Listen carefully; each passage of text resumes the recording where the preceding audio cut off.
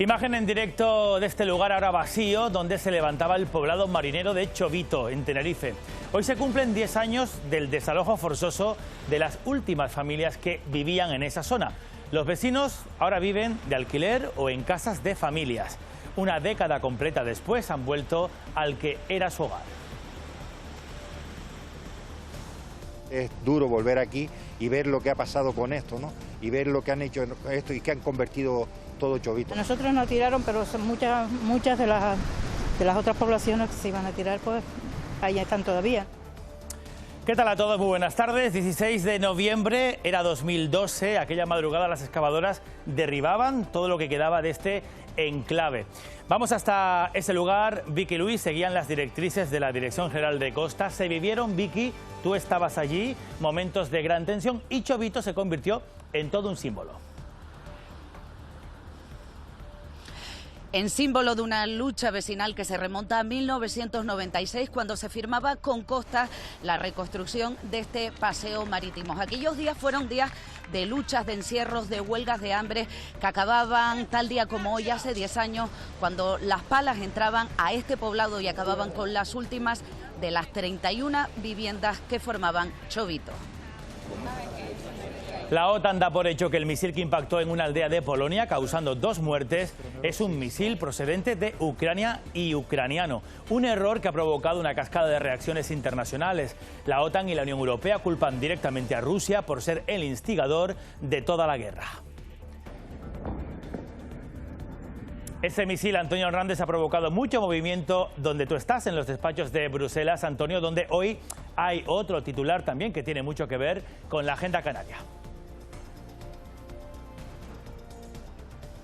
Sí, está previsto que a las 3:30 hora canaria, Martinica ceda el testigo y Canarias asuma la presidencia de la Conferencia de Presidentes de las Regiones Ultraperiféricas. Además, este mediodía, el presidente Ángel Víctor Torres se reunía con la presidenta del Parlamento Europeo, con Roberta Metsola, sobre la mesa el estatus de la RUP, la migración y la Agencia Europea del Turismo. La lava ya en La Palma arrasó la casa y el negocio de Tony en La Laguna. Hoy, 14 meses después, vuelve a abrir las puertas de su tienda para recibir a los que eran sus vecinos y vecinas hasta que el volcán los separó. Eso sí, la tienda abre, pero con un entorno muy cambiado. A ver si hay suerte y seguramente pues aquí nos falta, por desgracia, todo que nos falta toda esa parte de arriba de la parte debajo del volcán, del paraíso, y nos falta más de la mitad de la laguna.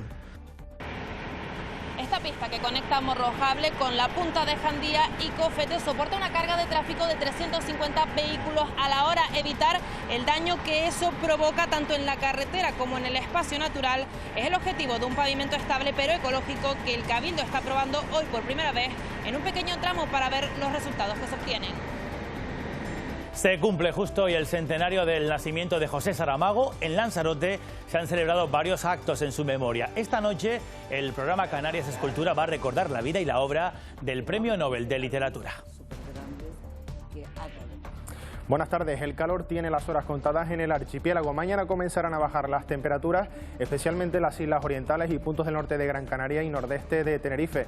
En general seguiremos con valores muy agradables, entre los 24 y algo más de 28 grados. Disfrutaremos del sol y la nubosidad de tipo bajo irá en aumento por el norte de las islas durante la tarde. El viernes seguirán bajando las temperaturas y conviene tener a mano el paraguas en puntos del norte de las islas. Como siempre, lo vemos todo con más detalle en el espacio del tiempo.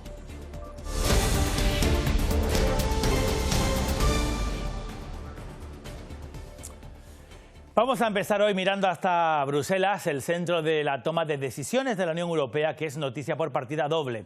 Por un lado, la agenda canaria, Antonio Hernández, porque Canarias asume hoy la presidencia de la Conferencia de Presidentes de la RUP.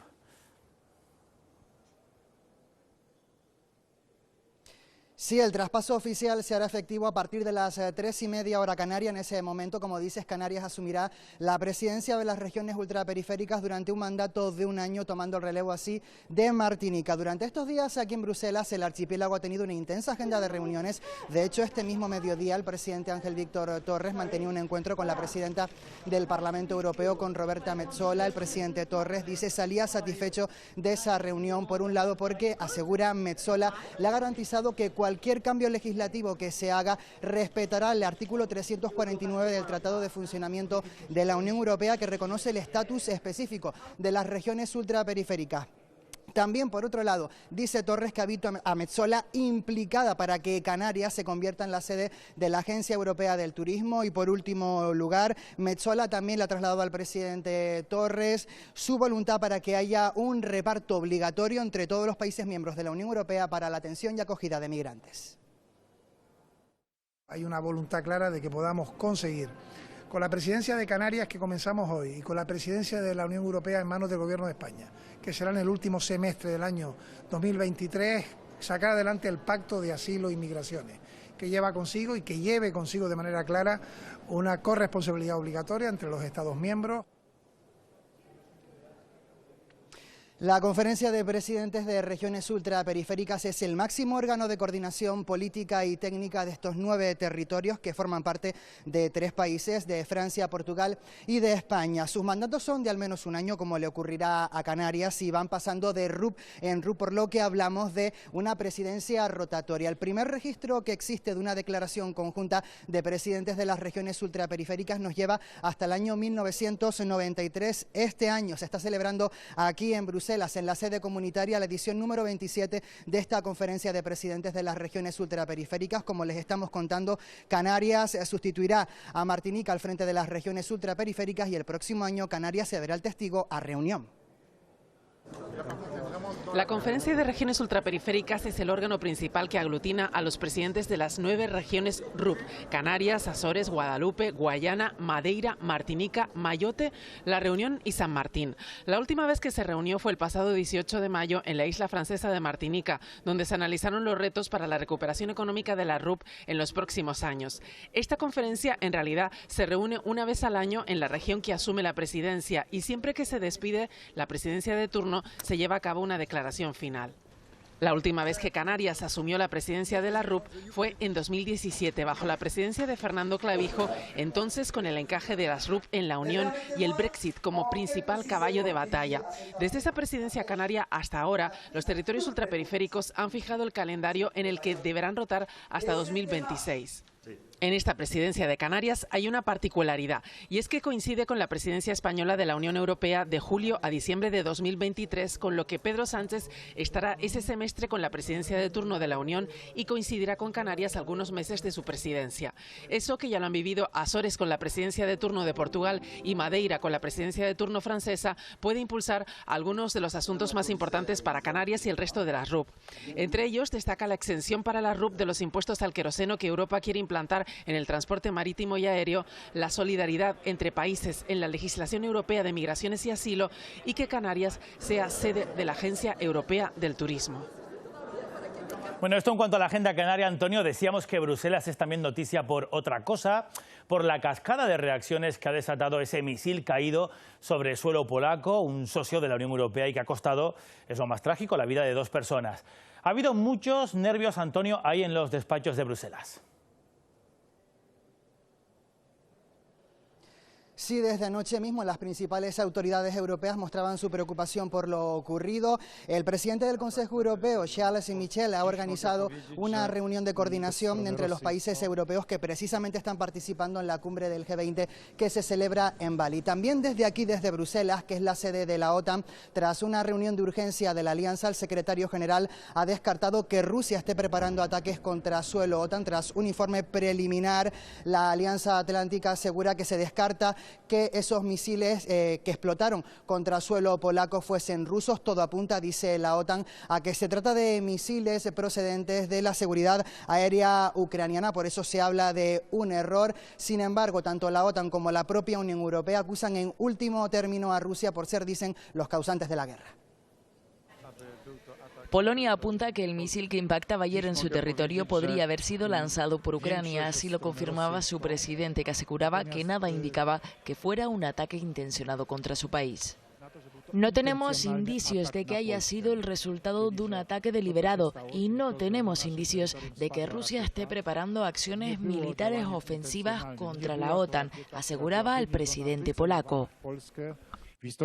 Algo que ya había anticipado el presidente estadounidense Joe Biden, que decía que era muy poco probable que esos cohetes hubieran sido lanzados desde Rusia. Parece que de momento no será necesario invocar el artículo 4 de la OTAN basándose en las pruebas recogidas, pero desde el gobierno polaco sí culpan a Rusia del incidente como consecuencia del masivo ataque que ejecutó ayer contra Ucrania. Desde Alemania ya han anunciado que ofrecerán un refuerzo en las patrullas de vigilancia aérea tras el incidente que se ha cobrado 2 víctimas mortales. Pues muchos de los líderes europeos estaban en Indonesia, en la cumbre del G20, cuando estallaba esta crisis desatada por ese misil. De esa cumbre sale al menos una declaración conjunta que condena la invasión rusa en Ucrania. Un texto y una mayoría que condena el ataque de Rusia a Ucrania. Hasta ahora y desde la invasión en febrero, ninguna de las reuniones anteriores del G20 había logrado consensuar un documento como este. Pero es el matiz de mayoría y no de unanimidad el que ha permitido que este texto haya salido adelante. La declaración que hemos acordado hoy refleja la condena inequívoca de la inmensa mayoría de los países que estamos aquí reunidos a la guerra de agresión de Putin. Quisiera destacar muy especialmente la afirmación suscrita por todos los países de que la Federación Rusa, también incluida, de que el uso de armas nucleares o incluso la amenaza de utilizarlas resulta inadmisible. El comunicado se emite desde la prudencia. Un comunicado también de expresión de apoyo y solidaridad a Polonia, mientras se investigan los hechos que han provocado la muerte de 2 ciudadanos polacos esta misma madrugada. Ser muy cauteloso. Vamos a esperar al resultado de la investigación. El propio presidente ucraniano exigió ante la presencia del primer ministro ruso, que decidió abandonar Bali, el fin de la invasión de su país. De los 21 que conforman el G20, 6 no señalan directamente a Rusia, pero piden que la guerra se acabe. Incluso China ha condenado el uso de alimentos y energía como arma. En comisión parlamentaria de vuelta aquí en Canarias, el vicepresidente y consejero de Hacienda calificaba hoy de positivos para Canarias los presupuestos del Estado. Contestaba de esta manera Román Rodríguez a una pregunta formulada por el grupo Sí Podemos Canarias. Que estos presupuestos para Canarias vienen a significar un empuje, un espaldarazo a los presupuestos más sociales en la historia de Canarias, en sanidad, en educación, en derechos sociales y en cuidado. Que con las mejoras que se produzcan en el trámite parlamentario estamos ante una ley que contribuirá al crecimiento, al bienestar, que respeta esencialmente nuestros derechos, que deben ser mejorados y perfeccionados en el trámite de enmiendas. Pues otro presupuesto es el que ha presentado hoy mismo el Grupo de Gobierno en el Cabildo de Gran Canaria. Las cuentas del próximo año, las insulares, van a rozar los 850 millones de euros y se llevan a debate y a votación en el Pleno del próximo 1 de diciembre. Presupuestos que el Gobierno insular dice son más sociales y las cuentas de la recuperación. Reforzando los servicios públicos que atienden a mayores, a menores, a la discapacidad y a los servicios esenciales de competencia insular, atendiendo a los más vulnerables, a los que peor lo están pasando, haciendo frente a las situaciones de desempleo, la pobreza, la exclusión social, la violencia de género y la desigualdad, cuyos indicadores se agravan durante las crisis sociales y económicas. Crece también más de un 12% hasta los casi 314 millones de euros el presupuesto municipal para 2023 en la capital tinerfeña y contempla, según el Grupo de Gobierno municipal, el mayor gasto social de la historia. Las cuentas del ayuntamiento se van a llevar a pleno el próximo 5 de diciembre. Un presupuesto anticíclico y con varias características. En primer lugar, es un presupuesto que aumenta un 12,2%, llegando, en el caso del ayuntamiento, a los 313,5 millones de euros.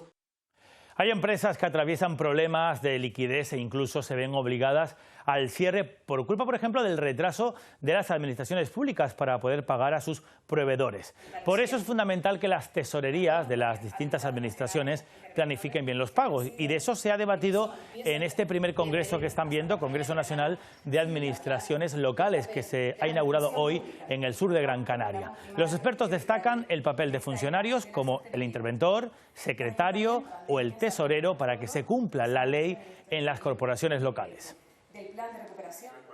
Tenemos un problema muy grande, que los ayuntamientos retrasaron el pago eso conlleva un retraso a los proveedores. Esa es una obligación legal del ayuntamiento, tanto del equipo de gobierno como de los habilitados, tener una buena planificación financiera.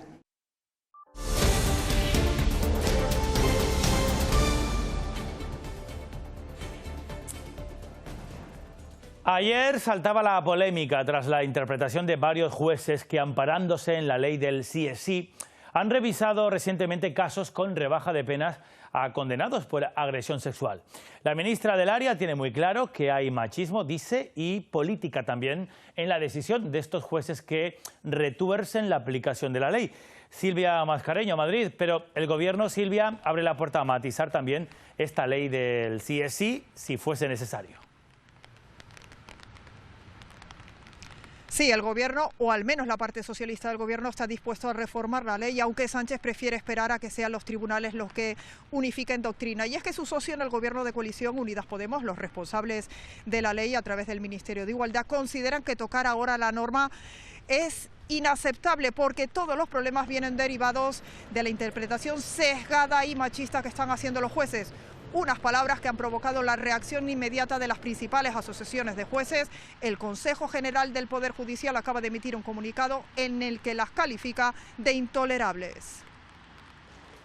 Sánchez esperará que los tribunales unifiquen doctrina antes de tomar una decisión sobre la ley del sí es sí. Vamos a ver qué es lo que nos dicen los tribunales, a que unifiquen el criterio y la doctrina, y a partir de ahí pues tendremos que ver qué pasos dar. El PSOE no descarta reformar la ley. Si hay que mejorar una ley para conseguir claramente ese objetivo, se tendrá que hacer. Pero Unidas Podemos lo rechaza y señala a los jueces. Hay jueces que están incumpliendo la ley y ya les les explicaba que Naciones Unidas ya nos alerta de que esto puede ser así, de que el machismo puede hacer que haya jueces que apliquen de forma defectuosa una ley, que la interpreten erróneamente y que además ese machismo compromete la integridad y la imparcialidad de los sistemas de justicia. Si alguien deja de mirar al Gobierno, mira a los tribunales o piensa en las víctimas, igual dejamos de arrojarnos víctimas violadas o abusadas encima de la mesa. La oposición pide al Gobierno que asuma responsabilidades y reforme la norma con carácter de urgencia. Rectifiquen.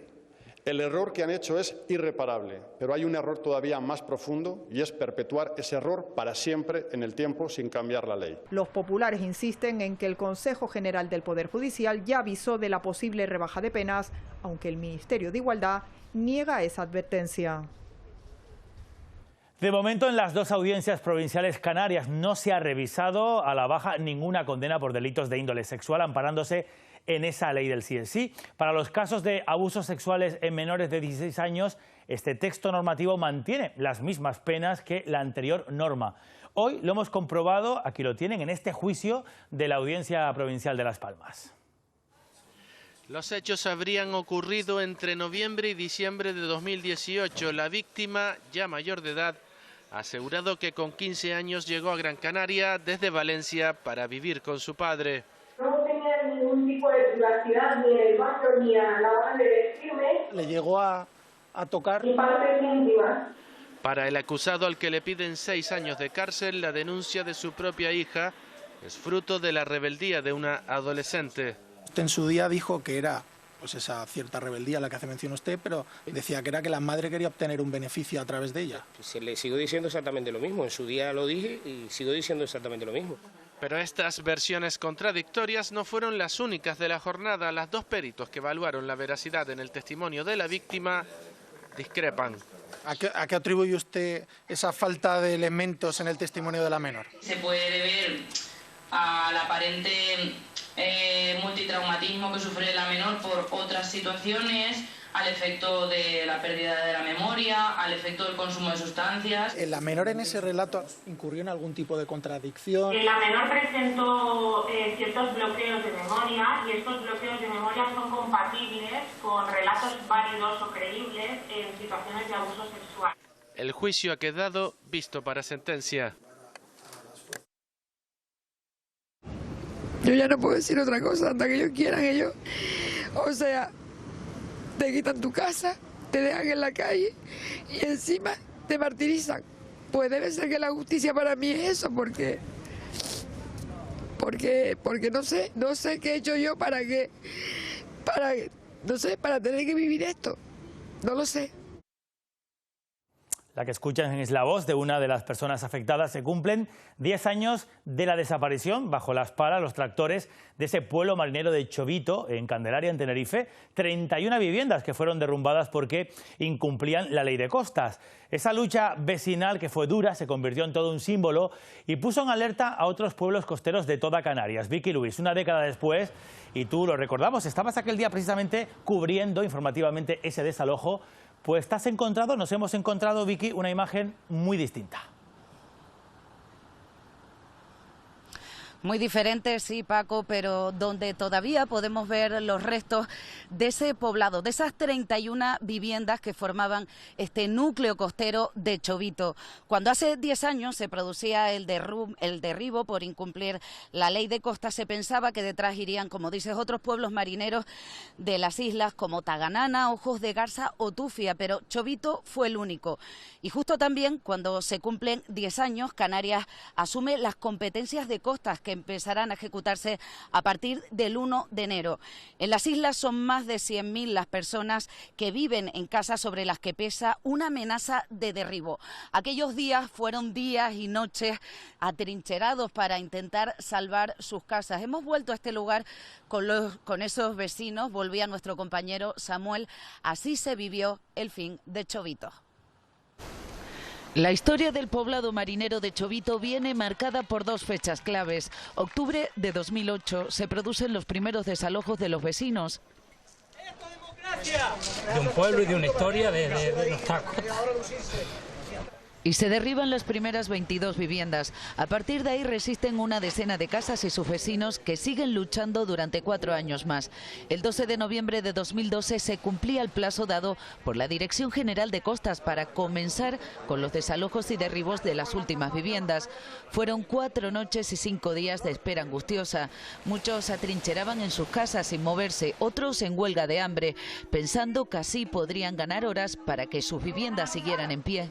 Y que hemos hecho y defendido hasta lo indecible lo que sabemos que es verdad. Pero llegó el 16 de noviembre, era un lunes. Con los primeros rayos de luz llegaban los funcionarios de la Dirección General de Costas y unos 70 agentes de la Guardia Civil para notificarles que se tenían que marchar. Cada uno lo hacía a su manera. Sobre las 10:30 de la mañana comenzaban los derribos. La primera casa, la de Tomás González, el que había sido el portavoz. Se ponía así fin a una lucha que se remontaba a 1996. Caía Chovito, símbolo de una lucha vecinal. De algunas viviendas es el único recuerdo que queda 10 años después del poblado marinero de Chovito. Pocas veces han vuelto los vecinos a visitar este enclave que fue su hogar. Es duro volver aquí y ver lo que ha pasado con esto, ¿no? Y ver lo que han hecho esto y que han convertido todo Chovito. 31 familias llegaron a vivir en esta localidad costera del municipio de Candelaria. Solo una de ellas se reubicó en una vivienda de protección oficial. La inmensa mayoría de ellos están en casas de alquiler y recogidos por sus hijos. Un total de 80 vecinos, de los cuales algunos ya han fallecido. Es el caso del marido de Elba. Asegura que su lucha valió la pena. A nosotros nos tiraron, pero son muchas de las otras poblaciones que se iban a tirar, pues ahí están todavía. Nos trataron peor que terroristas. Los terroristas no nos trataban como nos tratan a nosotros. Más de 3.650 días después siguen reclamando justicia en un proceso que aseguran está abierto contra 2 delegados y subdelegados del gobierno, alcalde y concejales de urbanismo, además del jefe del operativo policial. Primero, porque en ningún lado hay un sitio donde se diga o hay una sentencia judicial de que había que haber hecho. Una cosa es recuperar el dominio marítimo terrestre y otra cosa es tratar a los vecinos como se nos trataron y derribar las casas, puesto que las casas siguen siendo nuestras porque seguimos pagando contribución. Recibieron 2 años de alquiler social, pero las promesas para los 8 siguientes, incluida la idea de reconstruir Chovito en una ubicación cercana, quedaron en el olvido. Pues muy cerquita de ese enclave de Chovito, apenas a 500 metros, encontramos esta otra realidad. Una valla que impide el acceso a sus casas de unas 31 familias debajo la cuesta, también ahí en Candelaria. Llevan 6 años fuera de sus hogares por riesgo de desprendimiento de ese talud que están viendo. Los vecinos siguen su lucha y recriminan tanto al consistorio local como al propietario del talud que no se hayan llevado a cabo las obras de rehabilitación. El Cabildo nos prometió que eso tenía arreglo y no nos han hecho absolutamente nada. Por tanto, lo que hemos hecho es tomar la digamos, el camino jurídico. Supuestamente donde tenemos doble vivienda no tenemos derecho a nada. Y a día de hoy ayuda por ninguna parte, ni de Cabildo, ni del Ayuntamiento, ni nada. Vamos a hablar de Tony, este joven que venga aquí detrás. Terrenos agrícolas, su propia casa y sus dos negocios. El volcán de La Palma se cebó con él, con Tony y con su familia, vecinos del barrio de La Laguna. Ahora, 14 meses después, dan un importante pasito para renovar su vida, reabriendo las puertas de su negocio. El apoyo de los vecinos y la solidaridad de la persona que cedió su casa para alojarlos y también el local donde ahora ha reabierto su tienda y administración de lotería ha servido a Tony y a su familia como impulso para empezar de nuevo, otra vez en La Laguna, aunque su entorno ya no es el mismo. Pues aquí nos falta, por desgracia, todo Todoque, nos falta toda esa parte de arriba de la parte de abajo del volcán, del paraíso, y nos falta más de la mitad de La Laguna. Y luego pues ha estado viniendo muchísima gente del barrio deseándonos suerte y un poco se emociona aún. Su situación no fue sencilla durante la erupción. Mientras la lava le arrebataba todo, él trabajaba junto a los científicos a pie del volcán y de las coladas. Me tocó pues estar con ellos, diciéndoles de guía un poco por dónde nos metíamos, callejuelas y demás, para cosas científicas. Y luego pues claro, el pueblo pues sabía que yo estaba ahí, la gente me llamaba, no sabías cómo les decías que su casa la lava estaba pegada y que ya se la iba a llevar. Que acabe la incertidumbre es ahora su mayor deseo para saber dónde y cómo podrá reconstruir también su casa. Una situación de emergencias ante una catástrofe natural requiere también educar a la población. Hace falta más medios y también mayor coordinación, pero también es necesaria la difusión para estar preparados y saber cómo actuar. La educación es la única manera de que la población tenga criterio para poder seleccionar las informaciones a las que atender y a las que seguir. El Cabildo tinerfeño ha organizado un foro sobre riesgo volcánico, un espacio para mejorar la formación y la respuesta ante emergencias como la que tuvo lugar en La Palma. Sabiendo que lo que ha ocurrido en La Palma pues nos tiene que ayudar a aprender que esto no es algo que no pueda ocurrir, tenemos que seguir trabajando y no bajar la guardia. El volcán de Cumbre Vieja fue un auténtico experimento, un ensayo general que la naturaleza provocó sin avisos. Allí se coordinaron todas las administraciones. Es una materia que requiere una continua actualización. Nosotros estamos obligados a mejorar continuamente nuestras capacidades. Con Involcán, Tenerife ha puesto en marcha iniciativas por valor de 28 millones de euros. Es la única isla que tiene un plan de riesgo volcánico activo desde 2020. Unas jornadas que concluirán la próxima semana con talleres prácticos para estar preparados ante nuevas erupciones. Bueno, pues entrando a ese foro de expertos volcánicos, el presidente del Cabildo de Tenerife también se refería a otro asunto, a la paralización cautelar de la urbanización Cuna del Alma, en el sur de Tenerife. Haremos una evaluación y además emitiremos en las próximas semanas emitiremos informe al respecto. Por lo tanto, quedo a la espera de lo que nos indiquen los funcionarios del Cabildo. Pues el Hierro se sitúa a la cabeza de toda la provincia de Santa Cruz de Tenerife en cuanto al crecimiento de pernoctaciones en alojamientos turísticos rurales donde, bueno, al menos durante lo que va de año. Tiene más datos Eduardo Pulido. El Hierro lidera el aumento de las pernoctaciones de enero a septiembre de 2022 en toda su provincia, con más del 25%, seguido de La Palma con el 15,1% y La Gomera con el 13,5%. Nos dice la patronal que las previsiones de ocupación de cara a los próximos meses serán similares, incluso algo superiores a los últimos años, aunque se queja el sector de la falta de plazas en las conexiones aéreas en horario de tarde. Eso sí, la valoración del área de turismo es positiva. El turista está cada vez más sensibilizado con los viajes sostenibles y aquí es donde adquieren protagonismo estos alojamientos en medio de la naturaleza, preferiblemente en destinos como es el Hierro, poco masificados y sobre todo en temporada baja.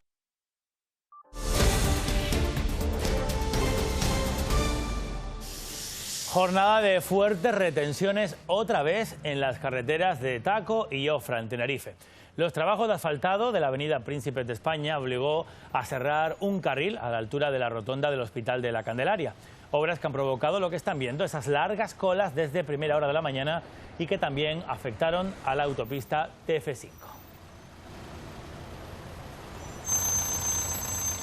Bueno, seguimos en carretera porque una de las vías más transitadas por los turistas que visitan Fuerteventura es la pista de tierra que conecta Cofete y el puertito de Jandía. Los vecinos llevan años ya pidiendo una solución y el Cabildo ha aprobado ahora un nuevo sistema de pavimentación. Edurne Rodríguez. Un pavimento ecológico y resistente al continuo tránsito de vehículos es lo que se está aprobando por primera vez en este tramo del camino que transita por el Parque Natural de Jandía. La muestra se hace con el objetivo de probar la eficacia de este nuevo producto con el que estabilizar el terreno, evitar el polvo que genera el tráfico y hacerlo con materiales que utilizan pigmentos naturales y que quedarían completamente mimetizados con el entorno. Según la empresa impulsora del proyecto, su uso reduce en un 85% la huella de carbono. Para el Cabildo es la solución perfecta para mejorar esta vía siendo respetuosos con el entorno natural. Para el próximo año será cuando se saque a licitación el proyecto y se estudie la viabilidad ambiental de esta pavimentación.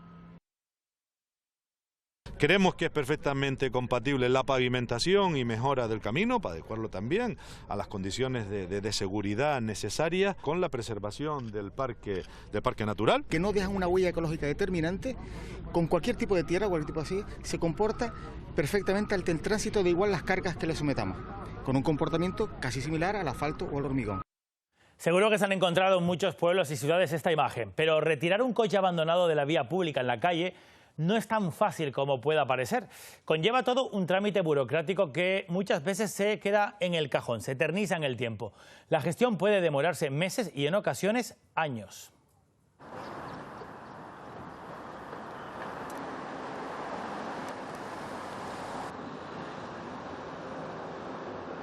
Y así hasta una veintena de vehículos condensados en apenas 3 calles del barrio de Escaleritas. Genera de suciedad, de que bueno, que es un problema también de aparcamiento y bueno, muchos vehículos están abiertos, con lo cual se mete gente, puede generarse que se genere un incendio, pueden tener aceite, pueden tener gasolina, algunos están al lado de colegios. Pero este no es un problema exclusivo de este barrio.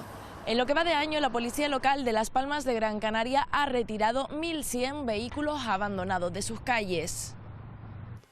Además, hay 200 más expedientados. El problema es que el proceso de retirada se prolonga mucho en el tiempo. Tenemos que constatar que presenta signos de abandono y que durante un mes no se moviliza de la vía pública, pero a partir de ahí es necesario iniciar un trámite administrativo en el cual hay que notificar hasta 2 veces al titular. Si esa gestión es infructuosa, tenemos que solicitar que se publique en el BOE, y después de esa publicación en el BOE, que tampoco es inmediata, hay que esperar un mes para dar por notificado al titular. A partir de ese momento podemos retirar el vehículo. El abandono en la vía pública acarrea multas de hasta 300 euros. Durante el transcurso de esta grabación, varios de los vehículos fueron identificados por la policía local. El sindicato de enfermería SATSE denuncia, lo ha hecho hoy, lo que entienden como un nuevo episodio de colapso en las urgencias del Hospital Insular de Gran Canaria. Han pedido una solución que sea inmediata a una situación que en las últimas horas, dicen en el sindicato, ha supuesto decenas de camillas en los pasillos de urgencias y hasta un centenar de pacientes pendientes de pasar a planta. La gerencia del centro asegura que se trata de un episodio, dicen que puntual, por coincidir casos de gripe A, gripe común y también coronavirus. Lo que está ocurriendo es una situación de colapso absoluto a todos los niveles. Un colapso que, lejos de ser una situación puntual, que es un poco el argumentario de la gerencia, se está convirtiendo en una situación estructural, una situación cronificada de muchos meses, de muchas situaciones.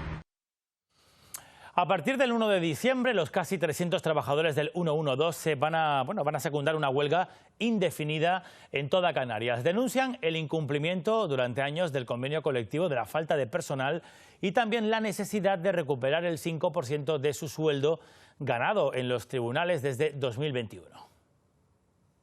Y no se le está dejando percibir lo que es un verdadero derecho, la recuperación del 5% en los extremos acordados y sobre todo, y lo repito, me parece fundamental, se está dejando morir a la empresa más importante para los ciudadanos de Canarias. La Palma cuenta con 8 nuevos centros sociosanitarios gracias al segundo plan de infraestructuras de este tipo. Serán casi 200, 194 plazas para acoger a dependientes o personas con discapacidad. Además, se abrirán otros 3 centros más, 60 plazas de atención diurna y otras 24 de atención residencial.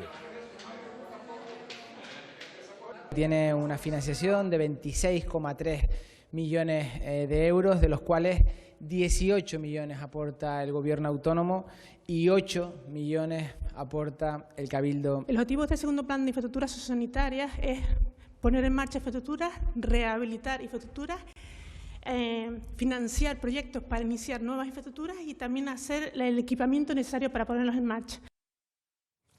Imagine que padece usted, ojalá que no, una adicción y que en un momento de crisis necesitamos contactar con un médico. La inteligencia artificial que una innovadora empresa pretende implantar en el Servicio Canario de Salud lo va a hacer posible. Además, cuantos más datos seamos capaces de ofrecer al sistema, el sistema podrá prevenirnos de futuras enfermedades. Una cosa que parece una innovación se ha convertido en realidad en donde el ponente puede estar dando una explicación, lo mismo que estaría haciendo un médico en una operación. Son las ventajas de la inteligencia artificial, que entra de lleno en el Sistema Canario de Salud. En lugar de curar a las personas, prevenir su salud. Ese es lo que queremos ayudar. 100 pacientes participan en la innovadora prueba piloto que la empresa Laverit, a través del programa Cuídate, ha iniciado en el Hospital Negrín y en el Complejo Hospitalario Universitario Insular Materno-Infantil. Estamos en una primera fase de algo muy innovador y donde Canarias es punta de lanza. Caso práctico, imagine que es usted un paciente con una adicción y quiere consultar con su médico. Va a poder hablar con un chatbot, va a poder utilizar toda la inteligencia que tenemos acumulada en el Big Data para poder interactuar. Su aplicación se estudia también en otros campos. También en industria, también en distribución y en turismo. Canarias avanza con inteligencia hacia la transformación.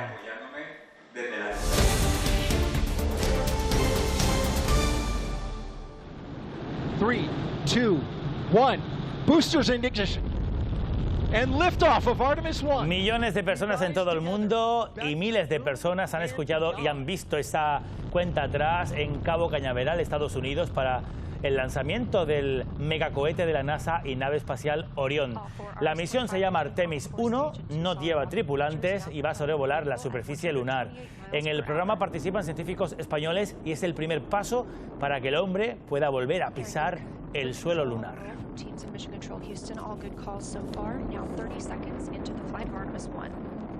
Pues si no en la Luna, los precios sí que están por las nubes y en esta situación abre Exposaldo en la capital tinerfeña. Lucía García.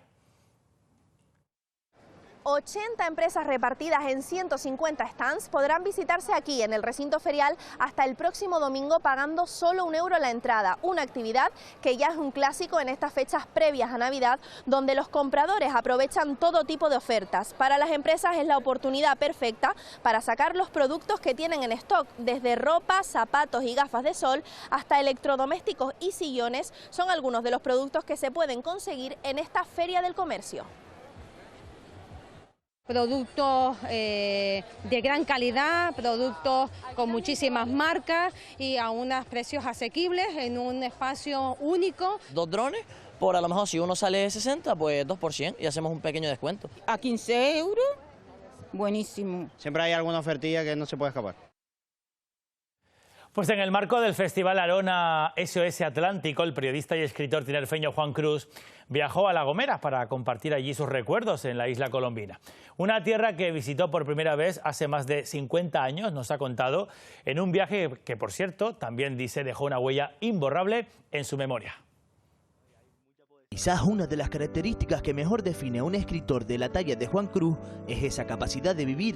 Como si estuviera soñando también la realidad. Por eso cada vez que pone un pie sobre La Gomera vuelve a ese primer viaje en 1968, una fecha que quedó grabada para siempre en la memoria colectiva de la isla colombina y de la suya propia. Era cuando estaba aquí la antorcha olímpica. Repicaban tiempos de cambio en España y en el mundo y justo en aquel instante todos los ojos miraban hacia la isla, pero sin embargo... La calle principal era de tierra Imaginar un pueblo de tierra es imaginar un pueblo en una época dura. Aunque no solo la tierra es el único recuerdo que le evoca a La Gomera, también su mar, que en la cabeza del escritor se parece mucho. El mar que yo conocí. Que a pesar de haberse criado en un lugar como el Puerto de la Cruz... Llegó tarde a mi infancia, porque mi madre no me dejaba ir a la playa por mi asma. Una experiencia que aún le ronda en la memoria a día de hoy y que de forma inevitable marcó su vida. Siempre me inspiró mucho respeto. Y me inspiró. Y esa es la razón de que muchas de las páginas que ha escrito lleven dentro un pedacito del Atlántico. Y con motivo del próximo 25 de noviembre, el Cabildo de Gran Canaria vuelve a presentar una campaña contra la violencia de género. Se llama Gran Canaria Unidad contra la Violencia, que quiere poner de manifiesto que los asesinatos machistas son fruto de otras violencias que se viven en el día a día, que a veces no son tratadas como tal. La exposición itinerante Deconstruyendo las violencias machistas de la fotógrafa Asira Álvarez es una de las actividades previstas en este programa de actos. Gran Canaria, unidad contra la violencia, es este eslogan que lo demuestra, intenta visibilizar la importancia de la unidad para acabar con la violencia de género. Para poder erradicarlas tenemos que tomar conciencia de su existencia, porque aún hoy pasan desapercibidas en muchos sectores de nuestra sociedad. Entender pues las problemáticas no solamente de lo visible en la sociedad, sino también de todo aquello que es invisible, pero que existe, que está y que nos acompaña en el día a día. Entre ellos, pues violencia psicológica, violencia obstétrica, violencia verbal. Bueno, a punto de terminar, dos apuntes más. El primero, el adelanto de la agenda deportiva. Armando Vallejo, no es la lotería, pero estamos pendientes hoy de un sorteo. Un bombo en el que estarán Tenerife, Las Palmas y Atlético Paso, el que más expectación tiene porque podría enfrentarse, eso esperamos, a un Primera División. Por eso es un sorteo casi de Navidad, porque el partido se jugaría en torno al 21 de diciembre. Así que ojalá le toque el gordo hoy al Atlético Paso. Estaremos allí enseguida. También tenemos en el Club Deportivo Tenerife día grande, porque se ha presentado, se ha inaugurado la Ciudad Deportiva Javier Pérez, el legado del presidente Concepción, que ya va a dejar en breve la entidad blanquiazul. Hemos estado también en esa inauguración que esperan que sea el futuro de la cantera del Tenerife. En la Unión Deportiva, Álvaro Valles ha operado hoy del menisco y Álvaro Jiménez, que ha dejado titulares hoy, joyas en la sala de prensa. Y también tenemos que hablarles, bueno, pues de lo que va a ser el Mundial de Fútbol. Hoy empezamos una serie de reportajes sobre el otro Mundial, la de las sombras, que tiene muchas también Qatar 2022. Desde luego, y a ver si hay suerte en ese sorteo de la Copa del Rey. Eso es. Gracias, Armando. Enseguida va la actualidad deportiva. Hoy se cumple el centenario del nacimiento de José Saramago. Sara Duarte, vamos hasta Lanzarote. Sara, buenas tardes. La obra y la vida del premio Nobel estuvo estrechamente vinculado a esa isla de los volcanes, a Lanzarote. Saramago denominó a Lanzarote como su balsa de piedra durante los últimos 18 años de vida. Aquí, junto a su mujer, Pilar del Río, construyeron una casa hecha de libros que recibe visitantes de todas partes del mundo y donde hoy, 100 años de su nacimiento, han abierto sus puertas con café portugués, música y la lectura continuada de su libro autobiográfico Pequeñas Memorias. Porque Lanzarote no es su tierra, pero es tierra suya y aquí sigue vivo. Esta noche, a partir de las 11:15 de la noche, Canarias Escultura repasará la vida y obra de un autor único. Cuando todavía no había cumplido 2 años, mis padres, emigrantes empujados por la necesidad, me llevaron a Lisboa, a otros modos de sentir, pensar y vivir. Estamos celebrando los 100 años de un contemporáneo, porque todos los libros que él escribió pues hablan de nuestro momento, de quiénes somos como seres humanos. Se ve aquí mucha vivencia, hay mucha cantidad de información. A mí me costaría descubrirla en una sola vida. Canarias Escultura mantiene una larga y detallada conversación con Pilar del Río, su Pilar, como él la llamaba, la que mejor conoció no solo al escritor, sino a la persona. Cuando trabajaba aquí en la biblioteca había un equipo de música estupendo, con 2 baffles súper grandes que atronaban. Yo tengo que decir que huía, cuando me abría las venas es cuando oía 5 veces seguida a Leonard Cohen. Saramago entabló con la isla de los volcanes una relación de amor profundo. Quería un Lanzarote en progreso que se respeta a sí mismo, que respeta la tierra, porque los seres humanos que viven se respetan a sí mismos y que no van a ser pasto de quien hoy está aquí, construyen, traen hoteles, traen marcas comerciales y mañana descubren otro lugar, se van y dejan esto esquilmado. Es difícil definir a José Saramago en pocas palabras y sin embargo Pilar del Río lo logra solo con una. Es un inmortal. Un inmortal cuya vida celebramos este miércoles a las 11:15 de la noche en un especial de Canarias y Escultura. Y justo después, en torno a las 2:15 de la noche, las noches de Miller. No se lo pierdan. Próxima cita con informativos a las 20:30. Buena tarde. Hasta mañana.